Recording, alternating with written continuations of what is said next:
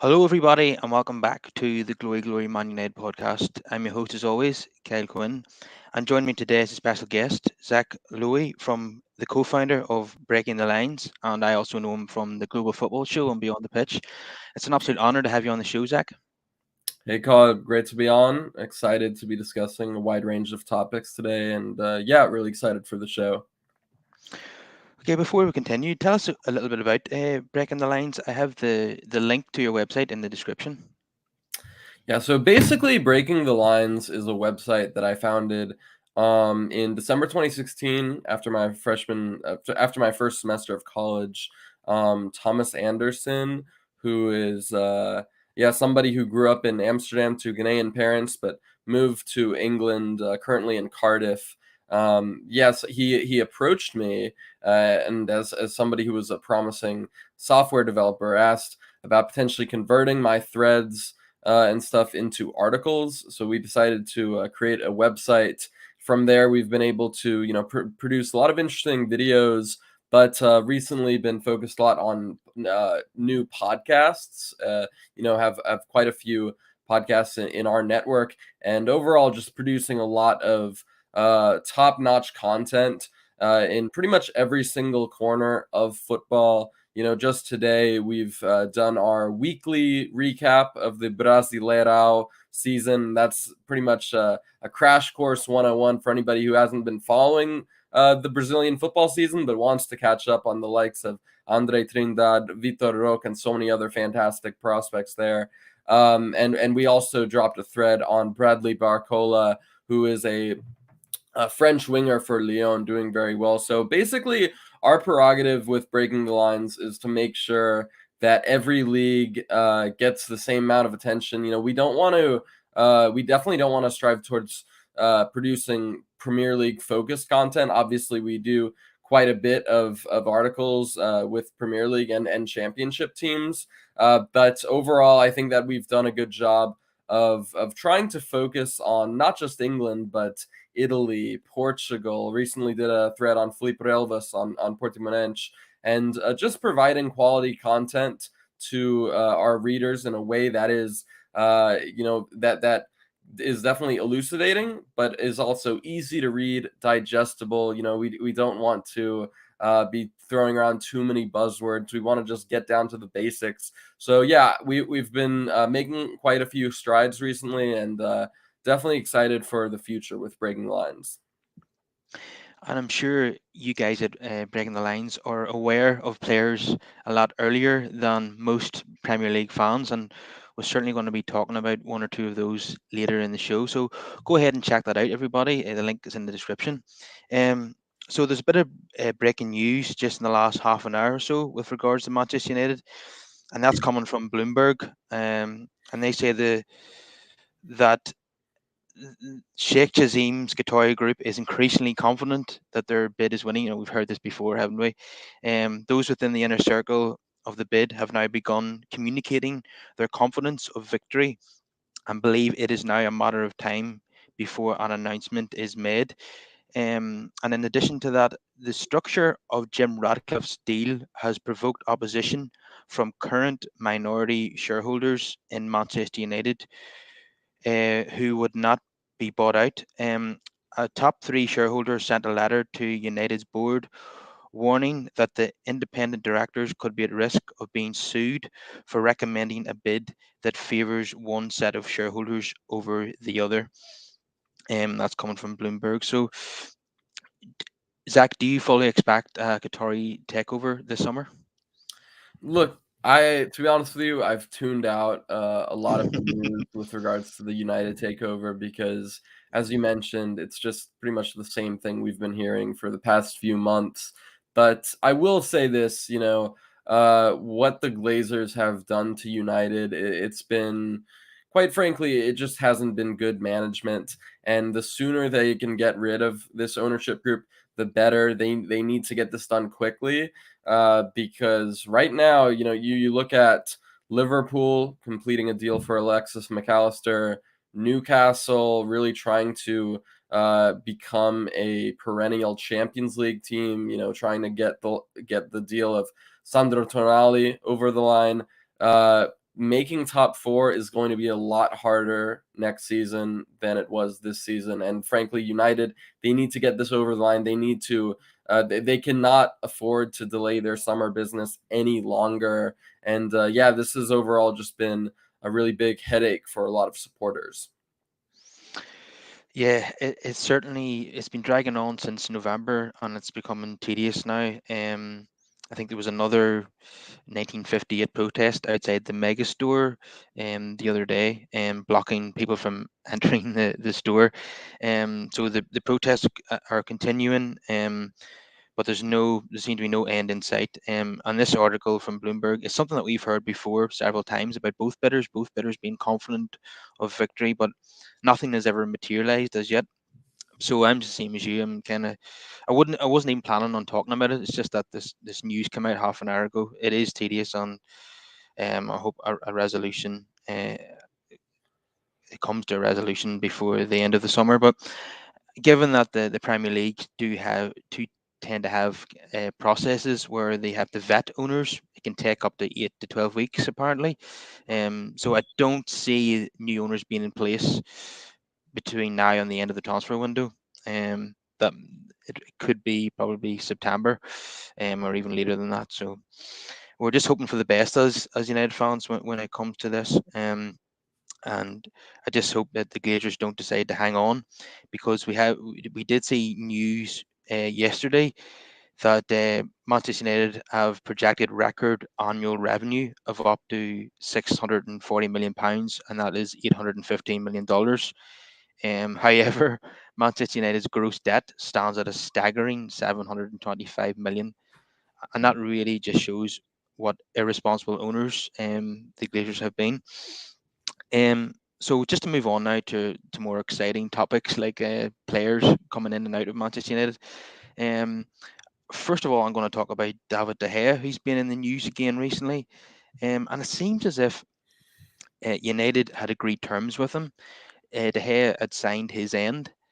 Then United have yet to sign their end of the contract, and have now pulled out of the agreement and offered De Gea reduced terms, which he has not agreed to yet. Now, the club is starting to build a bit of a reputation of handling departures very poorly. We, if you think back to Ferdinand, Van Persie, Moyes, Van Gaal, and now De Gea, um, it seems the people who are running the club are totally devoid of class as well. Would you agree, Zach? Yeah, I would. I think that, look, whatever opinions you may have of De Gea, the fact is he's played at United for over a decade. He deserves to have his exit treated like class. There were plenty of times where he really was their savior, keeping them in games, keeping them in a race for European football. And while he has certainly shown signs of decline in recent years, and while it is abundantly clear that United do need to get rid of him and replace him with a better goalkeeper, I do think that he needs to be treated with respect. And I just think that, giving him one contract, pulling it off the table, and giving another, it's not a good look. Frankly, they should have never given him a contract in the first place, and that's something that, obviously we can talk about a few years ago when they gave him the most expensive deal given to a goalkeeper.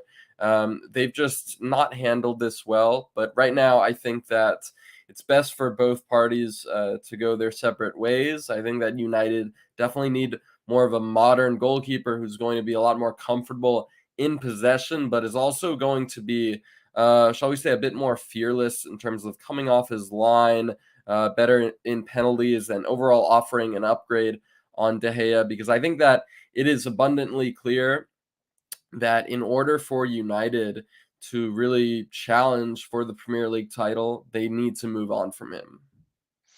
Yeah, and I 100% agree with you on that. And the name that has been strongly linked the most to Manchester United in the goalkeeping department is Andre Onana, who of course has worked with Ten Hag at Ajax before and has recently just played in the Champions League final for Inter Milan against Manchester City.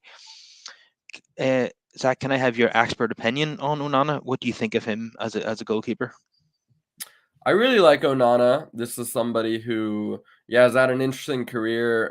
Obviously, born and raised in Cameroon, came through La Masia, went to Ajax, and was able to kind of develop as a ball playing goalkeeper under Eric Ten Hag, and really flourish in that department at a club that rewards goalkeepers who are going to be fearless in possession. So I think that's one thing that really stands out about Onana, and it's something that of course, has come at a cost for him, resulted in him getting dropped from the starting goalkeeper position for Cameroon. But I think that this season has been really impressive from Onana. For me, he has definitely been one of the best free transfers in Europe, alongside the likes of Randall Colomwani and Chancel Mbemba. Yeah, so he's somebody who I think offers a lot in possession, but is also a very good shot stopper. We've seen this in the Champions League, how he was able to keep Inter in a lot of games with some fantastic reaction saves. I do think that he would be an upgrade on De Gea in goal, and I think it definitely makes sense why they are looking at him. The way that he was just able to take responsibility for Inter when they were in possession, when they needed to go direct, but not just direct. Also a lot of times you'd see him almost operating as a deep lying defender, picking up the ball and playing a simple but shall we say risky pass to Brozovic or Chalhanoglu, who would turn out and play. And that was how a lot of their possession went in the Champions League. It was really interesting. Almost seemed like a throwback where you'd have the likes of Darmian, Dumfries just not comfortable in terms of going and proceeding with a dribble or a pass. They decide to give it back to Onana. He's like, okay, I'll figure it out right now, and that's something that is just really impressive about him. He's just so confident and so accurate in possession. He's not going to do the perhaps the longest pass for the sake of it. He's going to do the right pass. He's going to make the right choice in possession. Now, I will say, with a style like Onana, there is certainly the risk that United are going to have a few, a few moments where this does not pay off, where it leads to a costly error. But with that being said, you look at what Onana can provide, not just in terms of, in possession, but also as a sweeper keeper coming off his line and dealing with counterattacking threats. I think that the positives clearly outweigh the negatives. In order to operate with that high risk strategy, you need a goalkeeper who's going to fit the bill. And like for example, I recently went to a DC United game to watch Wayne Rooney's DC in action, and he has become kind of infamous in the DC United community for pushing his goalkeeper to constantly come off his line and almost acting like a third defender in and out of possession. And when I was watching it, he got chipped from the other side of the pitch in a loss. And so yeah, overall, you can definitely see a lot of those mistakes, but I do think that Onana would be a welcome upgrade in goal for United. So we'll have to take the rough with this move when it comes to Onana, but you say the positives will outweigh the negatives, and that's what I think as well. So 50 million euro apparently was what Inter are looking for him. I haven't signed him on a free transfer. Do you think that's a fair deal, and do you think United will get this done? Whether United can get that done, obviously it's easier said than done with this club. You never know, but I think that 50 million would be a fair deal for Onana. I think that Inter would also take that, probably maybe hold out for a little more, but the fact is, this is a club that, yeah, is under some certain financial scrutiny. Looked like they were going to try to complete the sale of Marcelo Brozovic to a Saudi club, but unclear if that's going to happen. But they do need to sell players in order to advance with their summer business. They are a club that has typically been forced to work with free transfers, whether that's Onana, Kalhanoglu, as well as loan deals. So I think that Inter, they definitely are under the realization that while they would like to keep Onana, and while he has been a very good successor for Samir Handanovic, the fact is 50 million, 60 million for a goalkeeper, it is pretty decent business, especially given the fact that really you can find so many good goalkeepers for a bargain rate. And I think that there are plenty of promising players who I would be looking at if I were Inter. But yeah, I think that apart from Onana, apart from Brozovic, who may or may not go to Saudi Arabia, there's been some links of Barcelona interest as well. Hard to think of the places where Inter do generate revenue. I know that they are in talks with signing Marcus Thuram on a free transfer, trying to secure some other low cost deals as well. But I think that for me, I think that Inter will end up selling Onana, going for a low cost option in goal, and trying to keep hold of the other key players there, such as Lautaro Martinez, Nicolo Barella, Alessandro Bastoni, Denzel Dumfries, and Federico Di Marco. They have a very good core. So overall, I think that they will eventually end up selling Onana. Well, maybe Inter could get David De Gea on a free transfer. Uh, we'll see. I mean, I doubt it. I think they would probably go for somebody a bit younger. I don't know. I wonder if De Gea doesn't just end up getting a Saudi deal, because like I think of the top teams that could afford his salary. I'm not sure if any of them would be looking at De Gea, to be quite honest with you. Yeah, and it seems like the Saudi deal is on the table for De Gea if he wants it. Another goalkeeper that has been linked with United, although he seems like second choice at the moment due to the price, and it's someone that you'll be familiar with, Diogo Costa. Where do you think he ranks in terms of Onana? Which one do you think is the better goalkeeper, and which one has the higher ceiling? It's a really tough question, to be honest with you. I would say Costa maybe has a slightly higher ceiling, but in terms of current ability, it's really hard to pick. I think that both of them, for me, yeah, they are two of the best goalkeepers in world football right now. Costa, he's somebody who I've been following for quite some time in Portugal's and Porto's youth teams. Somebody who was a starter for Portugal for several years at the youth level, and who broke through at the first team level at the start of last season due to Augustin Marquezin's injury, was able to take advantage of that, become the starter, and play a key role in Porto's historic season, getting 91 points, winning the double. And he's somebody who, yeah, definitely fits that modern goalkeeper fold. Somebody who just so skilled in possession in terms of picking out players in open areas. Somebody who is, he's a big game player.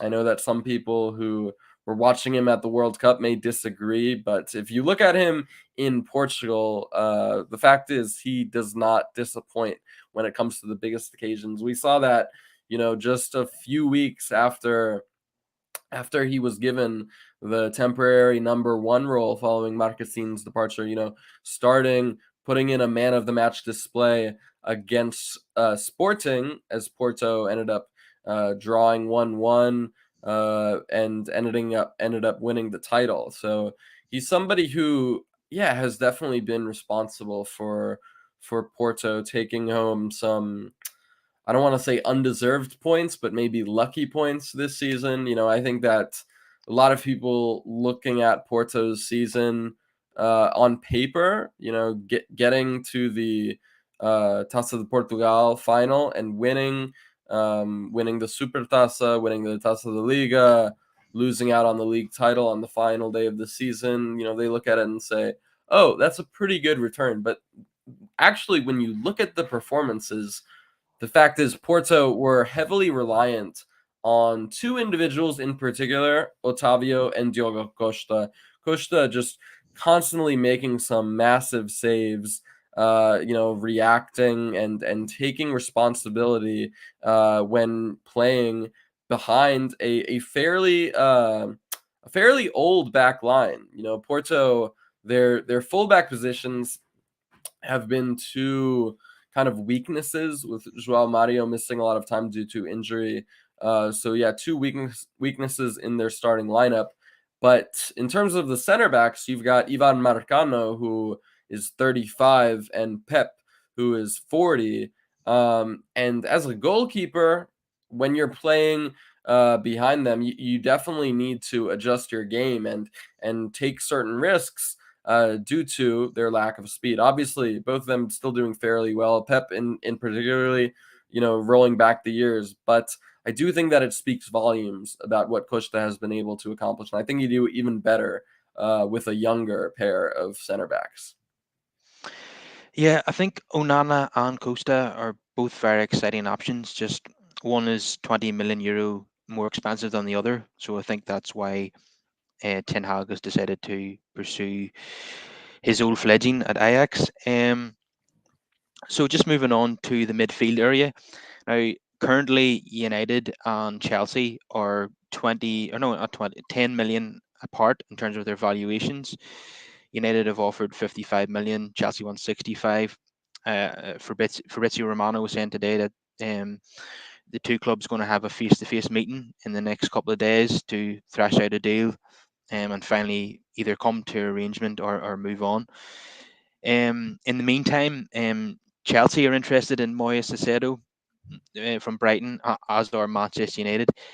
Part of me was thinking United are being mischievous here. They're going after Chelsea's transfer target because Chelsea are frustrating them in the Mason Mount deal. But I kind of think it's probably genuine as well. I mean, who wouldn't be interested in this player? But United know they'll have to pay a lot more for him due to his age and his contract situation. How do you see this ending up, Zach? Do you think I personally I think Mount will end up at United and Caicedo will end up at Chelsea. But if I'm being honest, I'd probably prefer to sign Moise Caicedo. Listen, I mean, I think that I think that the difference in the price between Mason Mount and Moises Caicedo is going to be a lot bigger than the difference in price between Onana and Costa. I know that Porto are briefing; they've been briefing the papers today in Portugal that they're not going to sell for less than 75 million, which is his release clause, but they do need to sell and 50 million euros to before the end of the month. So I do think they are under certain financial pressure. But yeah, with regards to these two players, I'm definitely tempted to agree because I think that Mount, it's clear that he doesn't want to stay at Chelsea, even at the club's behest, even trying to get him to agree to a new deal. They were. It's clear that they've been trying to push out quite a few players, such as Hakim Ziyech, Christian Pulisic, Edward Mendy, but they definitely want to keep him, and Mauricio Pochettino wants to as well. So I think that they are perhaps comfortable enough running that risk of having him leave on a free the following summer. Obviously, Chelsea are in a more comfortable position to run that risk than other clubs with Todd Bowley's backing. But I do think that Mount is also going to be, continuing to push for a move. He doesn't want, that's one thing that a lot of people don't understand. Yes, there are a lot of players who prefer to run down their contract and join on a lucrative free transfer, but a lot of players don't want that uncertainty hanging over them, entering the final 12 months of their deal, especially someone like Mason Mount, who's going to want to be starting for England in next summer's Euros. I think that Mount wants his future resolved. He doesn't want this hanging over him. So I think that is what is going to be really important for this detail to realize. And I think that United are going to end up getting this deal over the line. I have to admit I'm a bit curious as to how Eric Ten Hag plans to fit Mason Mount into his midfield alongside Bruno Fernandes. I do think that he is an upgrade on over Christian Eriksen, both in terms of what he can provide on the ball in terms of a goal threat, as well as his work out of possession. I think that's the real kicker for me, and I think that's why pretty much every manager that has worked with Mason Mount has made him really a key player in their team.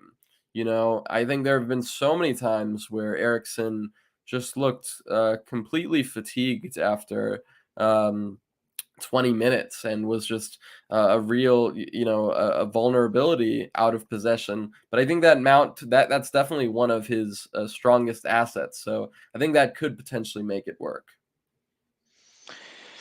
Yeah, I have slight concerns about Mason Mount and Bruno in the same team, because it seems to me as if Casemiro is going to have an awful lot of work to do, with two number eights ahead of him. I'd rather have Moyes Caicedo playing alongside him, and particularly in big games when United are playing Liverpool, City, Arsenal, Barcelona, Real Madrid, to have Caicedo alongside Casemiro would be very, very solid and will allow us to dominate the midfield area, I believe. Um, Yeah. I just think with Mount and Bruno, it's just going to leave Casemiro exposed, I feel. But it's Ten Hag's decision, and we have to go along with it. I think that also, I mean, Caicedo, he's had a tremendous breakout season. Just being given the reins in midfield following Yves Bissouma's departure, and somebody who's just so comfortable weaving his way out of pressure. Somebody who is. Not just a joy to watch on the ball and a very good passer, but is also somebody who's going to potentially do the work of three different players off the ball. He's almost like an octopus. He can cover so much ground at such a frightening speed. So I think that he's somebody who I really think is going to be one of the best midfielders of his generation. I just love watching him play, love watching him defend. And yeah, he would be a fantastic pickup for United. But I must say, I think that, Brighton, having lost Alexis McAllister already, they're going to be prepared to charge a healthy fee for Caicedo, especially considering Arsenal's failed bid in January.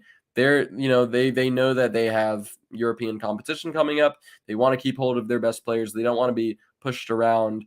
So I think that Caicedo could go for maybe a little under the potential fee for Declan Rice of 100 million pounds and 5 million in add-ons. He's somebody who's going to go for a lot of money. It goes without saying.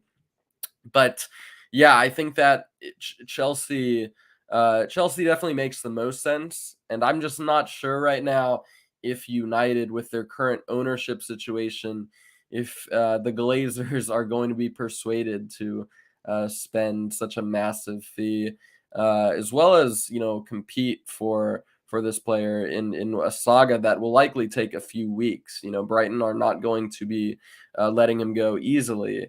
So yeah, I do think that Caicedo ends up going to Chelsea.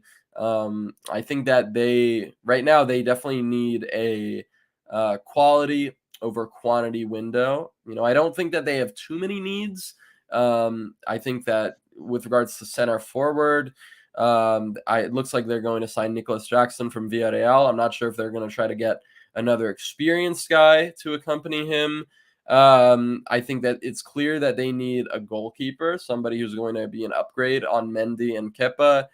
Could see them splashing, could see them splurging for Diogo Costa. And it's abundantly clear that they also need a defensive midfielder, somebody who's going to free up Enzo Fernandez. And Caicedo, I'm not sure if he's a natural defensive midfielder, but the fact is he's just one of the best tacklers in Europe. He just recovers possession so easily, makes the right decision in possession, and is just such a cerebral footballer. Would be a fantastic signing for any team. And so yeah, I think that Chelsea end up getting those deals over the line, and they of course they need to continue this summer clear out, which is another thing that United kind of waiting a little while to get going. But yeah, those are the biggest priorities for Chelsea. I think getting a goalkeeper, getting a defensive midfielder, continuing to offload players like Aubameyang and Pulisic. Yeah, not only would Caicedo be brilliant alongside Casemiro, but it'd also be a fantastic replacement for Casemiro when he eventually, moves on. Given that Caicedo is 10 years younger than him, so that's why he would be my preference over Mason Mount. But I have a feeling that Mount will be the one that we sign, which I have no issue with. In fact, if in an ideal world, I'd love to sign both of them, but I don't think that's going to happen in the current financial climate. Um, Another player I wanted to talk about was Rasmus Højlund from Atalanta, who's been the striker that's been linked the most with Manchester United in this window. United have balked at the 80 million euro asking price. They'll be hoping to get that down before they uh, sign him. Because I don't think United are going to pay that kind of money for him. I think that's unrealistic for a very young player who hasn't. I don't think he's broken the 15 goal a season mark yet. No, he hasn't. For Sturm Graz, he had 6 and 13, and then 6 and 8, and then for Atalanta last season he had 10 and 34. But we do have to take into account that he is 20, and you will be paying for potential. That being said, I don't think United should pay any more than 50 million euros for this player. Also have to mention that he does have 6 and 6 for Denmark, which is very impressive so early in his international career. But yeah, uh, in an ideal world, I love to sign an experienced striker on this player. But I have a feeling he might be our only signing in the number 9 position. Is that how you see it, Zach? Yeah, listen, I think that Hudgland, I think that he probably makes the most sense right now out of the options that you're looking at. Victor Osimhen will probably summer, uh, for sure going to be too expensive for United to even consider. Harry Kane, definitely can't see him leaving Tottenham for United. Daniel Levy's, I just don't see him being pushed around to a deal. So I think that from the other options that have been linked, Hojlund has definitely gained a lot of steam. We are seeing consistent rumors linking him to United, and I think that he's somebody who has done very well for Atalanta. Still a bit raw in certain areas, but he's somebody who's quite versatile, who's going to be able to use his body and provide a physical profile in attack. Somebody who's very good at driving at goal, getting into the box, and overall just working the ball to his fellow teammates in possession. So I like him a lot. I think that he's definitely got a striker's build and also a striker's vision. Knowing where to go to get on the end of a cutback or a cross. But I think that. Of course, it's you have to be a little cautious right now because this is a player who, yeah, has had quite a roller coaster few years, right? Going from Copenhagen to Sturm Graz to Atalanta in the span of a few months, and has, of course, already been able to win a starting spot at the expense of more experienced players. But yeah, he's somebody who's just really good at timing his run and exploiting space. Somebody who has done very well in limited opportunities for Denmark.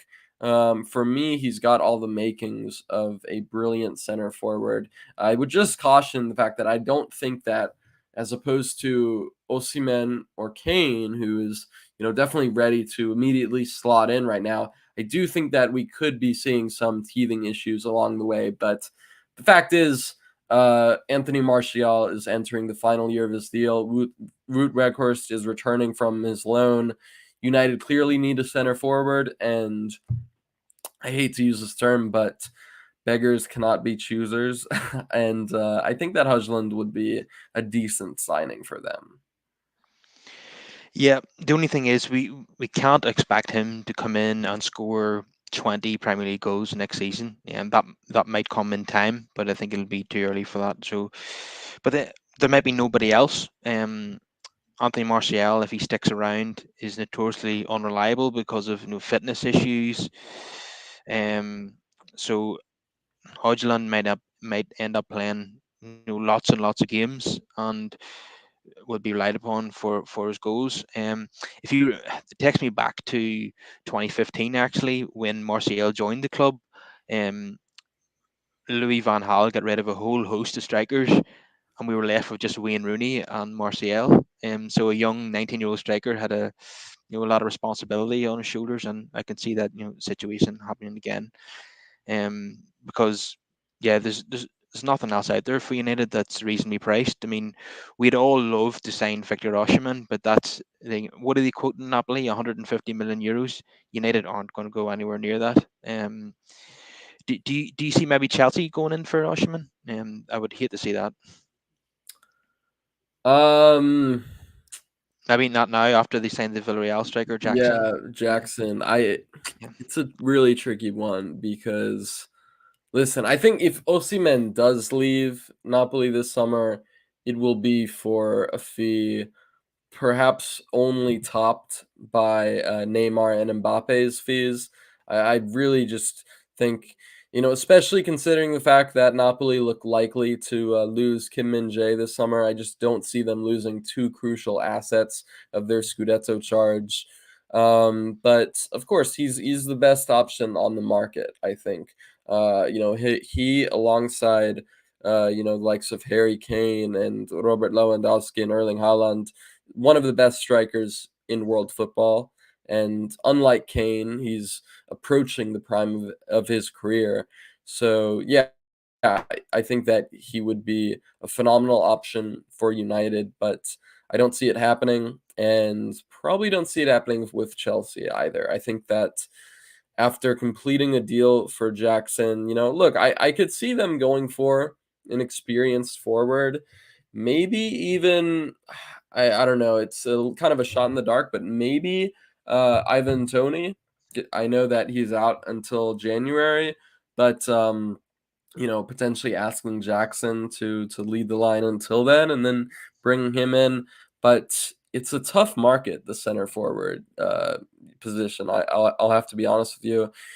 Apart from Hojlund, you've got a lot of interesting players in Ligue 1 who are worth taking a look at, like Lois Openda, Elie Wahi, and a lot of other intriguing prospects. Of course, Foreign Balogun, and who's on loan from Arsenal.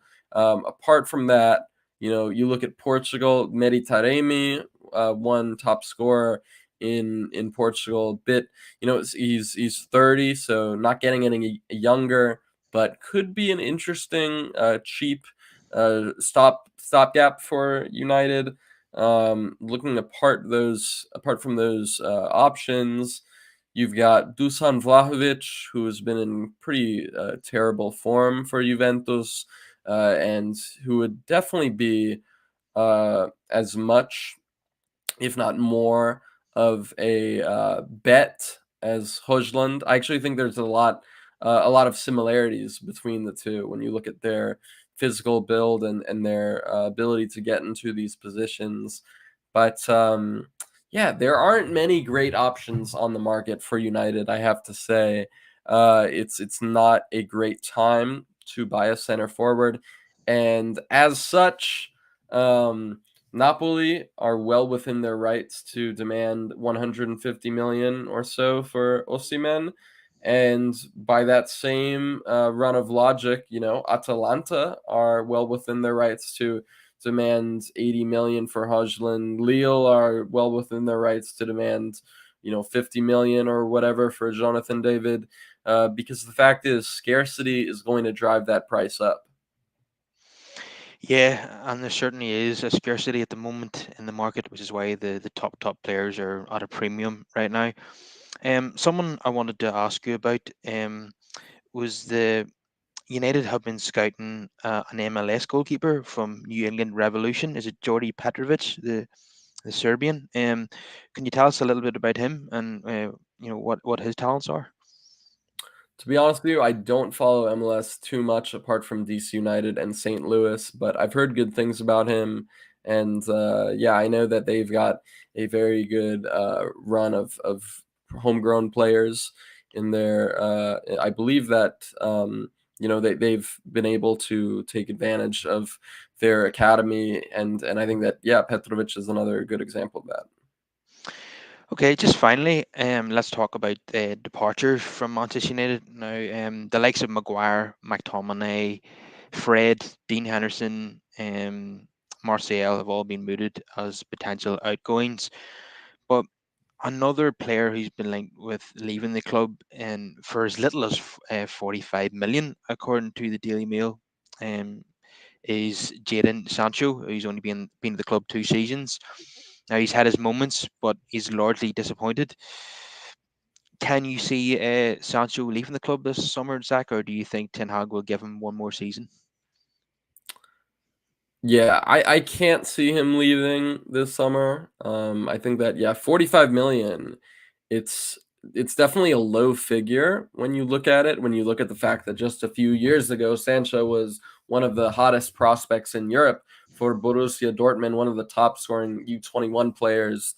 But the fact is he's been a disappointment at Manchester United, and I'm not so sure that any teams would necessarily bite United's hand off for that. I know that West Ham were linked as an option, but 45 million is one thing, his wages are another thing, and they do not correspond to the player or the performances that he has provided since joining Old Trafford. So I just think that, yeah, the potential is definitely there. We've seen that on a few occasions with United, but I think that the reason he is going to be given a second chance is A, his potential, the price tag that United paid, but also the potential that we saw at Dortmund.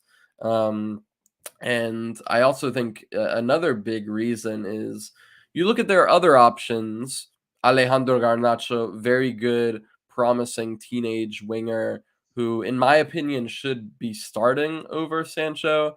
But Anthony, somebody who also arrived with a massive price tag, a lot of pressure, and has definitely gotten a few good goals, but overall, I think that he still has struggled to convince and has kind of not really been able to create that separation between him and Sancho as far as being the undisputed starter. And I mean, yeah, you look at the other options. Um, Anthony Alonga likely to go out on loan. Mason Greenwood may never play for United again.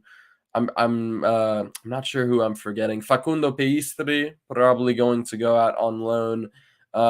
Yeah, the wide options are not great at the moment for United, but I would probably foresee Sancho being one of them alongside Garnacho and Antony. I totally agree with you that Garnacho should be starting for Manchester United, and so would a whole lot of other United fans. Just while you mentioned Pellistri there, um, he's always impressed me every time he's come on as a sub, or when he started in that one game against Real Betis. Um, I would love to see more of him. Ten Hag has been not been very generous in the minutes that he's given to him. Even when I watched him in person against Fulham at Old Trafford in the last league game of the season, he really, really impressed me. Can you understand why Ten Hag doesn't give this player more minutes, and why he's sending him out on loan rather than keeping him as part of the squad? Yeah, I just think there was never really a plan with Base 3. You know, there was clearly a lot of talent, but I think maybe the loan choices haven't been the best. I think that above all, he just needs a chance where he can get serious minutes. Obviously, was on loan at Alaves, but I think that he's definitely shown a lot of excitement, pace, and trickery when he's come on. For me, he's definitely been deserving of more minutes, and I think he'd actually be a decent backup option for United. I know that of course there could also be Amad Diallo there, but I think that they would probably loan him out again. So I don't know. I think that keeping Pastry as a backup winger might not be the worst idea in the world. Yeah, totally agree with you on that. Okay, Zach, we'll leave it there. It's been an absolute pleasure to have you on the show. And if everyone could please like, share, and subscribe, and hopefully I'll have you on again sometime, Zach. Thank you so much. It was a pleasure. Okay, I'll see you later.